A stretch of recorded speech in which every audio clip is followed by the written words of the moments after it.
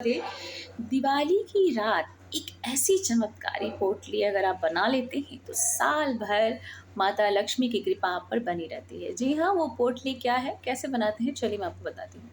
आपको लाल रंग का कपड़ा लेना है। अगर आपके पास लाल रंग का कपड़ा नहीं है तो अगर आपके पास लाल रंग की चुन्नी है, छोटी चुन्नी, आप वो भी ले सकते हैं। उसमें आपको रखना क्या है, उसमें आपको एक कमलगट्टा, गोमती चक्र, लौंग 2 जोड़ा, इलायची 2 जोड़ा और सुपारी, है ना? ये लेना है। हल्दी की गांठ भी लेनी है आपको, धनिया लेना है।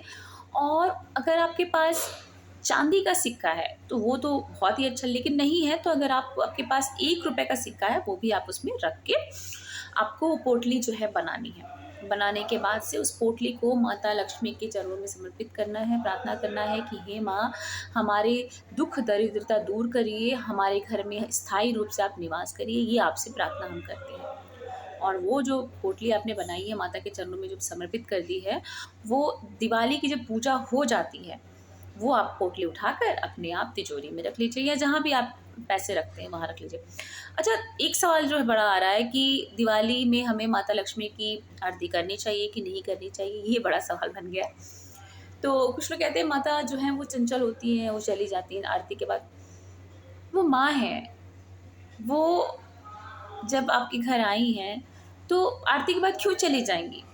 ऐसा नहीं है। हाँ, जिनके यहाँ शुरू से ही आरती नहीं होती वो तो उसको फ़ॉलो करें, लेकिन जिनके यहाँ होती है या जो करते, उनको ना बिल्कुल ये सारी बातें आप बता के उनको अंधविश्वास में डालें कि माता चली जाएँगी, ऐसा कुछ नहीं है। आप विधि-विधान से उनकी पूजन करिए।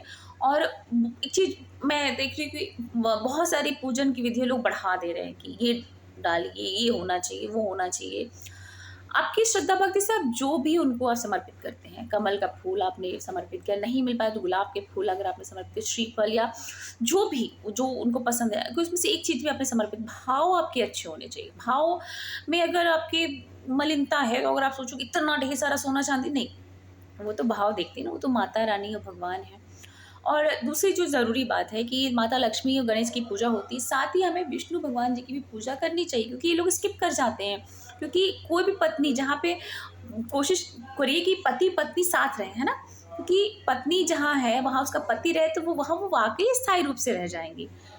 क्योंकि पति-पत्नी का जो प्यार होता है ना, वो सबसे अलग होता है। सिर्फ़ पत्नी की पूजा करे, पति की ना करे तो उस बात से नाराज़ होके वो जा सकती हैं। लेकिन अगर आप विष्णु और लक्ष्मी जी के साथ पूजा करते हैं, ये बहुत ही अच्छा माना जाता है। कुबेर जी की तो हम पूजा करते ही हैं, गणेश जी की तो पूजा करते ही हैं। तो रिद्धि, सिद्धि, है ना? ये सब आप इनकी भी पूजा करिए साथ में। और एक ज़रूरी बात कि हमें माता सरस्वती जी की भी पूजा करनी चाहिए, क्योंकि माता सरस्वती लक्ष्मी, देखिए जहाँ सरस्वती है वहाँ लक्ष्मी तो आएँगी, इसलिए सरस्वती माता की भी हमें पूजा ज़रूर से ज़रूर करनी चाहिए। और ये दिवाली आपकी शुभ हो। और इसी के साथ आप सभी को हैप्पी दिवाली।